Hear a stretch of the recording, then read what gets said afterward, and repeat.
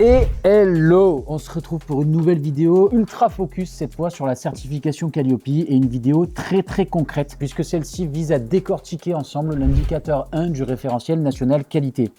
Qui le concerne, sur quoi il porte, comment y répondre, quelles sont les erreurs les plus fréquentes, bref, on va se poser toutes les questions autour de l'indicateur 1 de manière à ce que cette vidéo puisse être un véritable outil de travail pour vous et que vous puissiez vous y référer systématiquement tout au long de votre préparation de l'indicateur. Si vous êtes là, c'est que vous vous lancez sérieusement dans la certification Calliope. Et c'est parfait, car pour réussir Calliope, il faut être sérieux. Et d'ailleurs, on vous garde une surprise en fin de vidéo, puisque vous êtes sérieux. Que vous soyez CFA, OF, VAE ou bilan de compétences, restez jusqu'au bout. Croyez-moi, ça vaut vraiment le coup. Bon, avant de commencer et de rentrer directement dans le dur de l'indicateur 1, deux mots de contexte sur le RNQ pour être sûr qu'on est bien au clair à son sujet avant de commencer. A priori, si vous êtes là, c'est que c'est clair pour vous, mais deux mots de rappel, c'est quand même pas inutile. Alors pour faire simple, le RNQ, c'est la notice de Calliope. C'est le mode d'emploi, c'est la recette, vous l'appelez comme vous voulez, mais c'est ça.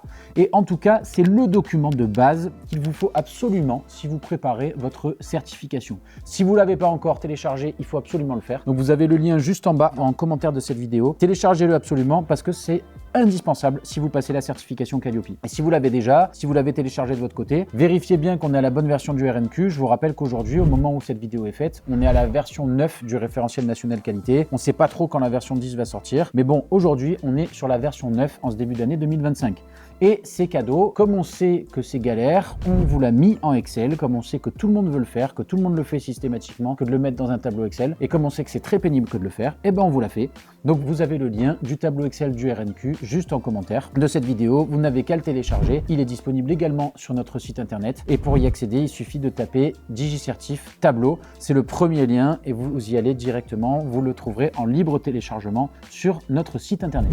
Attention, je vous rappelle que ce tableau, il est utile aussi pour ça. Avant de vous lancer, vérifiez bien le nombre d'indicateurs que vous devez passer parce qu'on a un certain nombre de nos partenaires chez DigiCertif qui viennent nous voir et qui se sont lancés dans la certification Calliope et en fait ils pensaient qu'ils devaient passer les 32 indicateurs. Ce n'est pas le cas. Je vous rappelle que suivant votre action de formation, vous devrez passer un certain nombre d'indicateurs de 24 à 26 ou voire 32. Mais bref, vérifiez bien et ce tableau il sert aussi à ça en fonction des spécificités de votre organisme de formation, en fonction des questions auxquelles vous allez répondre dans le tableau. Il vous dira à la fin quels sont les indicateurs qui vous concernent. Je vous rappelle nous aussi que chez DigiCertif, c'est la première chose qu'on fait, la toute première chose qu'on fait quand on se met à travailler avec un nouveau partenaire. On utilise ce tableau et on répond aux questions de manière à être sûr du nombre d'indicateurs qu'on va devoir passer en vue de la préparation à Calliope. Bon, puisqu'on est sur l'indicateur 1, je vous le dis tout de suite, l'indicateur 1, il est applicable à tout le monde. Donc là, en l'occurrence, cette vidéo, elle concerne tout le monde, quelle que soit votre action de formation. Néanmoins, restez attentifs, suivant si vous êtes OF, CFA, VAE ou CBC, vous avez des obligations spécifiques au sein de cet indicateur 1 qu'il faudra prendre en compte, mais on se penche dessus dans cette vidéo. Maintenant qu'on sait de quoi on parle et qu'on est sûr d'être au même degré d'information concernant Calliope, on va pouvoir rentrer dans le dur du sujet concernant l'indicateur 1. C'est parti.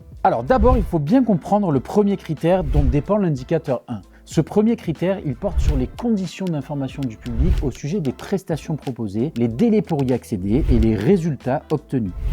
Vous y retrouverez aussi les indicateurs 2 et 3 qui portent respectivement sur les indicateurs de résultats et sur les informations à propos des certifications professionnelles. D'ailleurs, dites-nous en commentaire de cette vidéo si ça vous intéresserait d'avoir la même vidéo sur les indicateurs 2 et 3. On est là en phase de testing un peu sur cette première vidéo sur l'indicateur 1. Donc si potentiellement des vidéos sur les indicateurs 2, 3, voire 32 vous intéressent, dites-le nous en commentaire, ça nous poussera à faire d'autres vidéos. Donc l'énoncé de l'indicateur 1.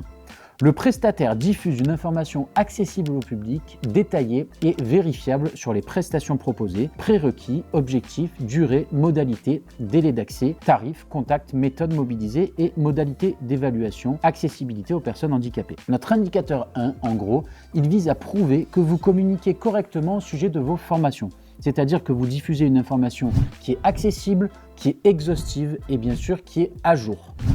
Précision apportée avec la V9 du RNQ de Calliope, cette information doit être diffusée en amont de la contractualisation. Donc que ce soit bien clair, l'information que vous allez donner à propos de l'indicateur 1, elle est à destination de vos prospects et non pas de vos clients. Elle doit permettre à vos prospects de faire un choix éclairé, de prendre une décision, est-ce que oui ou non, ils vont passer par vos services, est-ce qu'ils vont suivre votre organisme de formation ou est-ce qu'ils vont passer par un autre. Alors concrètement, qu'est-ce qu'il impose cet indicateur? Eh bien, vous devez vous assurer que votre public cible puisse consulter toutes les informations relatives à vos formations aussi simplement que possible. La plupart des organismes de formation privilégient pour communiquer un site internet ou leurs réseaux sociaux, d'ailleurs ça se fait beaucoup, mais vous pouvez aussi utiliser une plaquette commerciale, des brochures, bref, tout moyen de communication du moment que l'information est accessible, exhaustive et actuelle. Alors, quelles sont les informations qui doivent être communiquées ? Pour les organismes de formation continue et pour les CFA, les informations sont les suivantes. Donc, vous devez communiquer sur le contenu de la formation, les prérequis de la formation, les objectifs de la formation, sa durée, les modalités et délais d'accès, ses tarifs, les contacts associés, qui est-ce qu'on doit contacter si on a un problème, les méthodes mobilisées, modalités d'évaluation et l'accessibilité éventuelle aux personnes handicapées. Petite spécificité, si vos formations préparent à des certifications professionnelles inscrites au RS ou au RNCP, vous aurez alors quelques informations complémentaires sur lesquelles communiquer, à savoir le libellé exact de la certification, le code RS ou RNCP, le nom du certificateur, la date d'enregistrement de la certification que vous visez, et si une seule de ces infos manque, vous vous frappez une non-conformité. Alors sur ça, vraiment, soyez très vigilants. Concernant les obligations spécifiques, vous avez une obligation sur les bilans de compétences. Déjà, sur les bilans de compétences, vous n'avez pas à communiquer sur les titres RS ou RNCP puisque le bilan de compétences n'est pas certifiant et donc vous n'avez pas besoin de communiquer sur les prérequis puisqu'il n'y en a pas non plus. Par contre, tout le reste des informations que je vous ai citées est attendu. Concernant les centres de validation des acquis de l'expérience, c'est exactement la même chose que pour les CFA et pour les OF, mais ce n'est pas tout. Vous devez aussi communiquer sur les contraintes et exigences de la démarche, notamment les modalités d'instruction et de faisabilité, c'est-à-dire le processus à suivre pour effectuer la demande d'éligibilité, les modalités d'études personnalisées, une partie intégrante de la recevabilité, et concernant les diplômes de l'éducation nationale. En ce qui concerne les sous-traitants, je vous rappelle que lorsque la prestation est échantillonnée est une prestation pour laquelle l'organisme intervient en sous-traitance, l'indicateur n'est pas applicable car l'information doit être réalisée par le donneur d'ordre. Autrement dit, si vous êtes sous-traitant, vous n'avez pas à valider cet indicateur, c'est à l'organisme de formation de s'en assurer. Les risques de non-conformité maintenant. Donc, vous risquez une non-conformité mineure si une information est partiellement accessible ou si vous avez une absence ponctuelle et non répétitive de certains items dans la communication. En revanche, vous aurez une non-conformité majeure si l'indicateur n'est pas du tout respecté. Les erreurs fréquentes. On ne vous le cache pas, vous faites tous les mêmes erreurs sur cet indicateur 1. Vous oubliez de mentionner les contacts clés de la formation, donc le responsable pédagogique, le référent handicap, les formateurs, etc. Vous mentionnez assez peu les modalités d'accessibilité de la formation pour les personnes en situation de handicap. Ça, c'est oublié presque systématiquement et croyez-moi, ça ne fera pas un super effet sur votre auditeur quand vous oubliez cette partie-là. Pas terrible, puisque c'est une non-conformité. Et vous oubliez aussi très souvent que même si la prestation de formation est sous-traitée, c'est à vous d'informer votre public et non aux sous-traitants. Bon, je crois qu'on a fait le tour du sujet. Avec tout ça, vous êtes opérationnel, vous êtes armé pour préparer votre indicateur 1. Évidemment, j'ai pas oublié la surprise que je vous ai promise en guise d'introduction. Si vous tapez DigiCertif indicateur 1 et que vous cliquez sur le premier lien qui va tomber sur Google, vous aurez alors un lien qui va vous permettre de télécharger notre ressource documentaire sur l'indicateur 1. Une ressource directement extraite de notre formation à Calliope, de notre plateforme. Donc profitez-en, téléchargez-la.